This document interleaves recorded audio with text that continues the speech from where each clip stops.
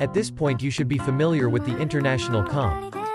The team is well known among the theory crafting community for its huge front-loaded damage and speedrun potential, also a reliable top meta team that can help you 36 stars consistently. The video will be splitted into basic informations and advanced informations, but won't cover theory crafting contents. If you already know the basics, you can skip to the advanced section. Hope you enjoy the video. For the builds, I will only cover this quickly, since you can find those guides all over the place on the internet and I want to go further in depth for the comp in this video. For child, these are the 5 stars option. In term of 4 stars, I generally prefer Stringless and Moon, since Child Burst is 40% of his damage in a rotation. Plus they perform really well in speedrunning. But if you have Viridescent Hunt, you should use it. Kameyumi could be a solid F2P option, but if you already have some given weapons then it is not worth it. Other weapons aren't recommended, especially Rust, which is very overrated by the community. Too long didn't read. Just don't use it. Between Stringless and Moon, use whatever has better refinement.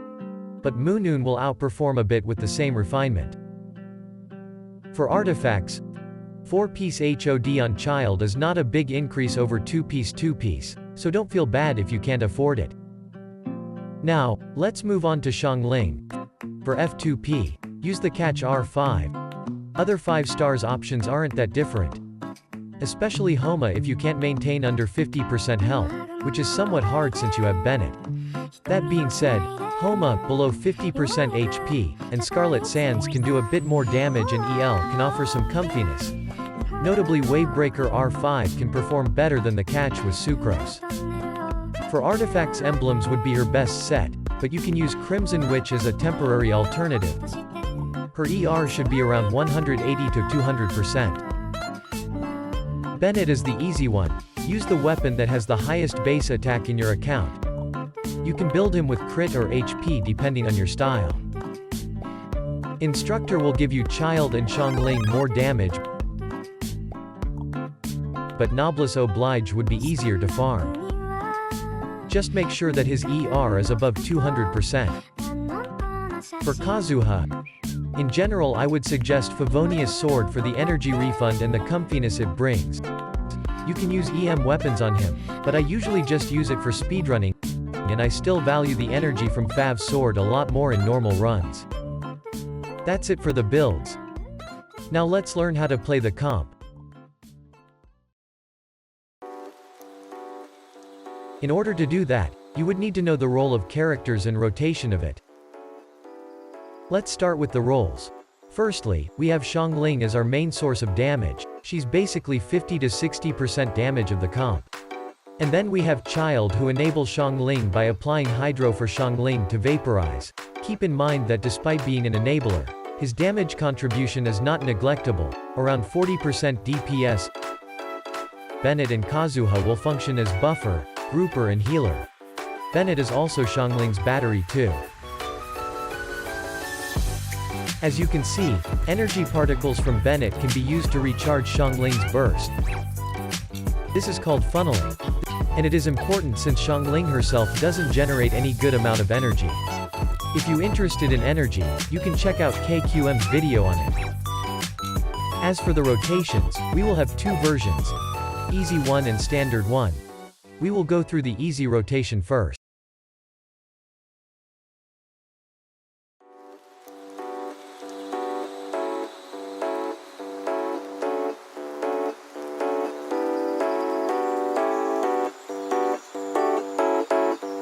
And then normal attack 2 times and charge attack as Child until you see the burst cooldown have 4 seconds left or you run out of stamina. If you use melee, it will be 6 seconds instead.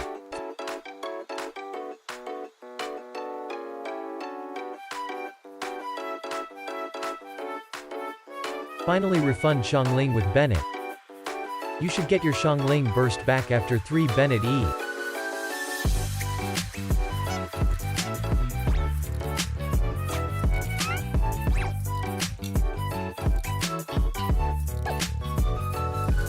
And then start with Bennett Q to go over again.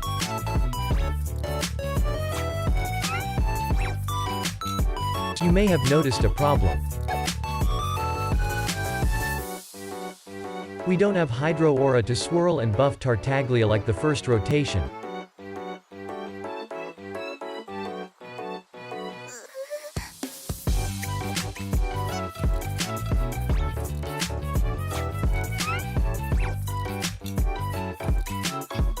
This is called double swirling, a really essential technique that can skyrocket your team DPS up. But if you try to swap to Child for the second rotation,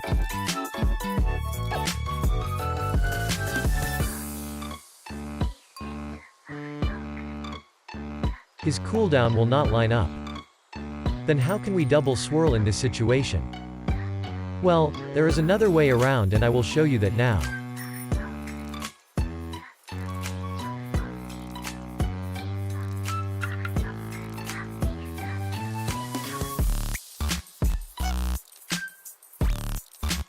This setup only work when the enemy is marked by Riptide mark. As you can see, if the enemy is not marked, it will not work. Which is why it's only used for second rotation, since your child would apply Riptide marks at the first one. Now combine all of it and we will get the standard rotation.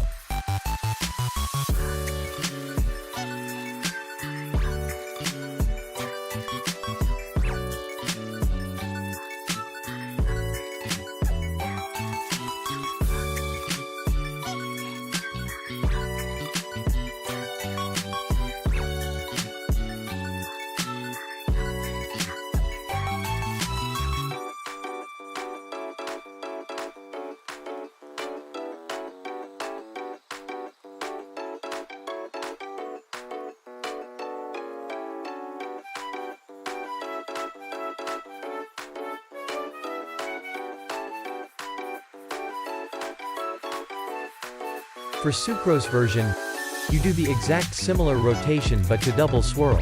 You would have to switch to Xiangling to use Gouba, and then normal attack once to swirl the Hydro on the enemy. E to swirl the Pyro that got applied after. The rest are the same.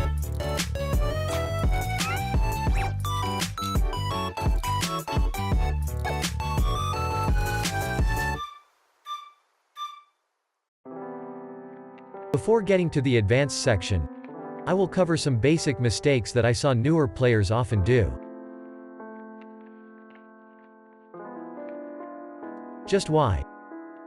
It's always worth it to wait for Xiangling burst back first, unless you know you can kill enemies with your child.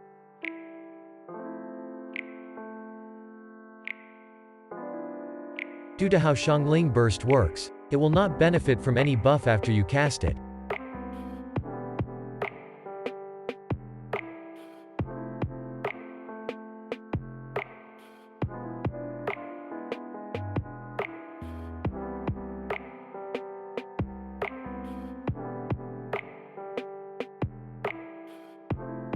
So make sure you use all your Kazuha and Bennett buffs before using her.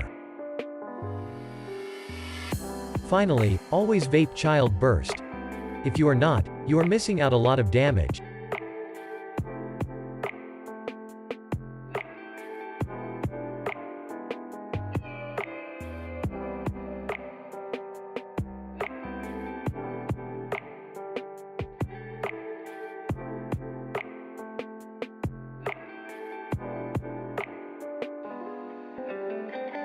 So if you are not seeing your child burst vape, you are doing something wrong. We are finally done with basic informations, it's time to go to advanced section.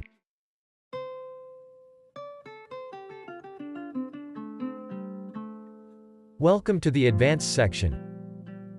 Here I will be talking about some higher ceiling techniques for the comp that I considered to be important. The order of those will be arranged based on how necessary they are. Let's get into the first topic then.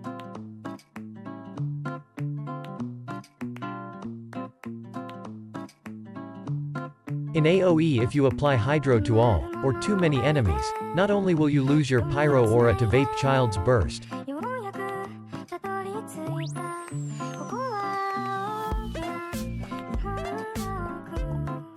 but you also will not get the Pyro damage buff from Kazuha. To do this properly, simply apply Hydro to a single enemy or a few enemies.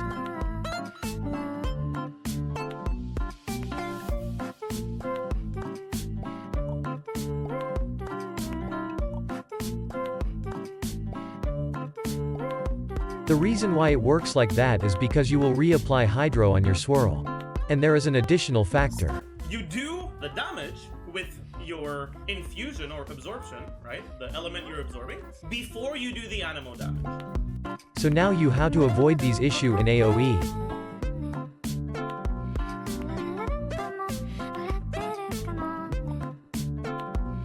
Next we have Gouba Swirl. A common skill among the TC community. Basically, when Gouba spits out his fire, he will infuse himself with pyro, which allows you to swirl pyro out of him. This is useful when you need to swirl in AoE with sucrose or to do a quick setup like in this video.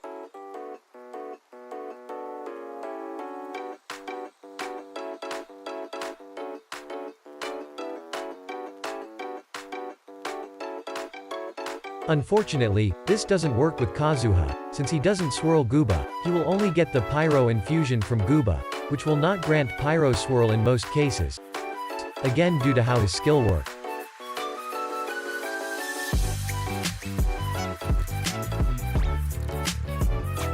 While refunneling to Xiangling, it's good to cast Gouba for the additional energy from him, plus it's somewhat damage cheat out.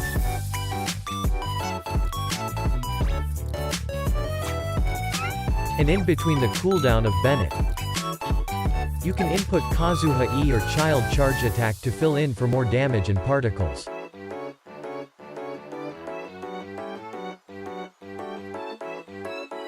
Next up, we will have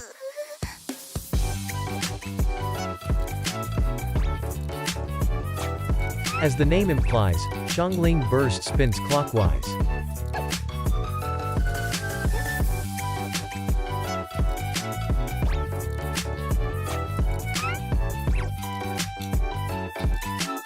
So if you sprint counterclockwise, it will result in more damage with Pyronado's hitbox. Also, her burst can hit enemies twice if the hitbox is big enough. Smaller hitbox bosses indeed make this more inconsistent, but if you can perform the backpedaling precisely, you should be able to damage it twice. Here's some examples.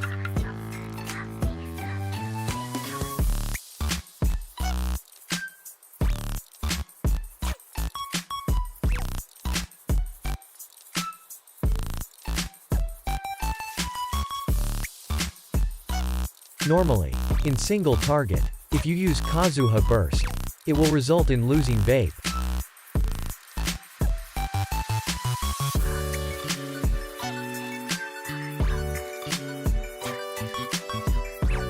However, this is only an issue if you can't do N2C cancels. As you can see in this footage, despite Xiangling, Gouba and Kazuha Pyro infused Burst all applying Pyro, my child can still keep up.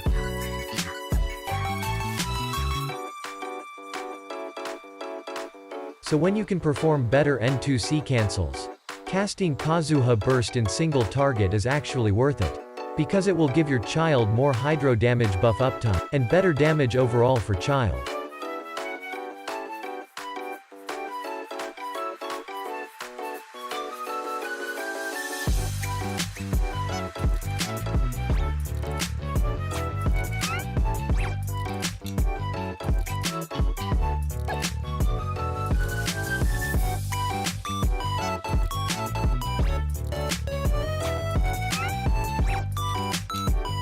Kazuha Burst when vaping also has some nice personal damage. To do those cancels, simply input dash at the right moment. At the end of the day, it all comes down to muscle memories. Try it and you will get the feel of it. Though, due to how clunky some bosses' hitboxes are in this game which can make you lose some attack from child, I would suggest you to only use Xiangling Burst in those situations.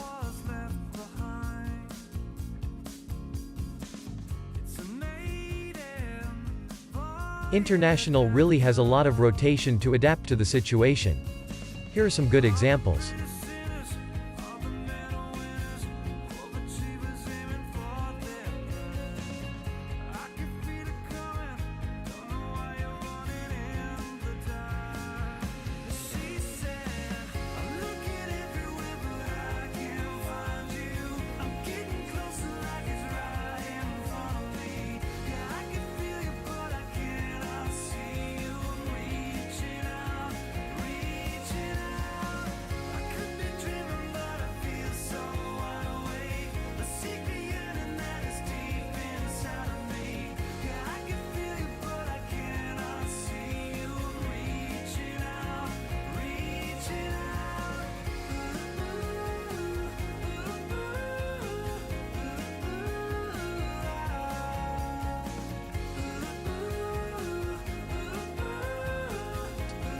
This is something that a traditional main DPS teams will not have access to, and since you only have a character to do the majority of damage, there will only be one rotation for you, which is to buff that character. While for international, you can split 40% of your damage to the first wave or phase, and then unleash the rest on next phase. Or buff Child instead of Xiangling to finish a floor faster.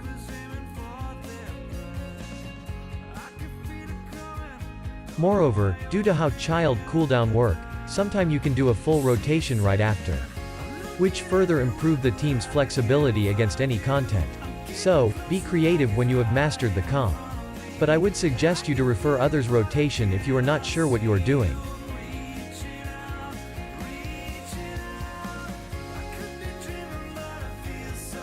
In some cases, it would be more beneficial to skip the charge attack.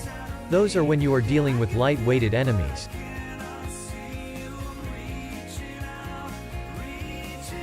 Since your charge attack can knock enemies out of Xiangling's range, which is of course, a DPS loss. And so not charge attacking will help maintain them within Xiangling's burst. Like this video.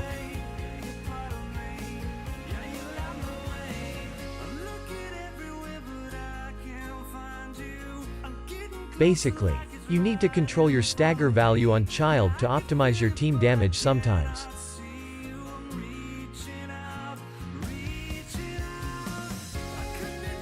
While your charge shot is flying, quickly triggering your melee stand will mark the enemies with Riptide and Hydro. This is useful for quick setup like these.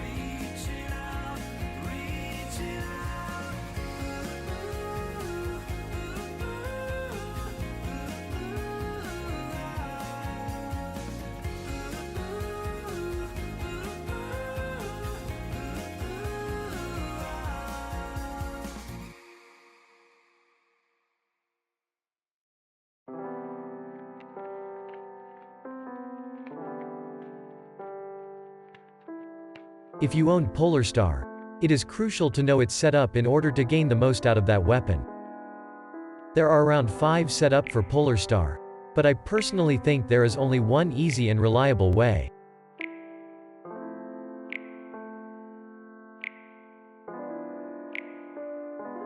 Again, this is not the only setup. You can always learn the different ones. Like in this example.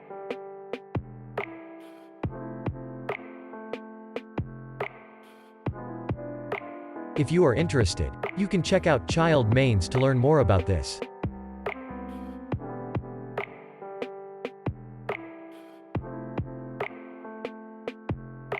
This is a good double swirl rotation for those who own C6 Bennett. Basically, you would use your Kazuha normal attack to apply Pyro and then your burst would swirl the aura right after. A bit of time saver.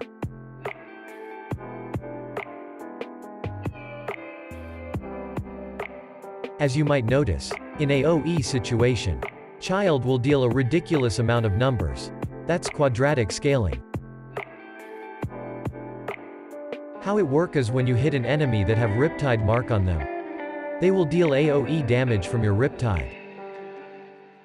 And if you hit 2 enemies, it will generate 2 Riptides. But since the Riptide is AoE, each enemy will get 2 more instances of damage per enemy and 4 instances total. 1 from their Riptide and 1 more from their ally. This will keep scaling up. If we have 3 enemies there will be 9 instance total, as long as they are grouped. And since Child's Riptide doesn't have ICD, this is not only a huge damage boost, but also an infinite amount of AoE Hydro app for Xiangling. Which explain why this comp is so good against AoE. This is not a tip, but a nice concept to know.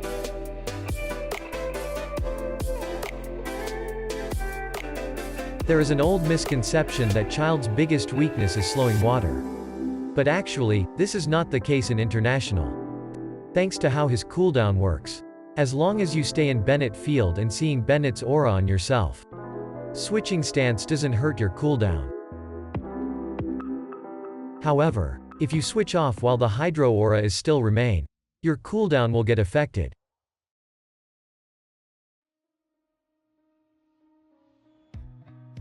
Time slows down when it International has and will always be one of the top meta team of Genshin Impact. And will remain as my favorite comp. It's hard to counter and can function in all type of abyss so far. Its weakness is quote-unquote single target, but it's still very good in single target. While still being one of the best AoE comp in the game. But what make International stand out from every other top meta teams is that it's arguably the best speedrun comp for free-to-play and low spender. Due to its huge front-loaded damage and versatility. It would be your best bet if you want to start trying out speedrunning. But this is not the main point of the video, so I will not cover about this further. That's all for the guide. Thanks you for watching. Now you can enjoy those last speedrun showcase.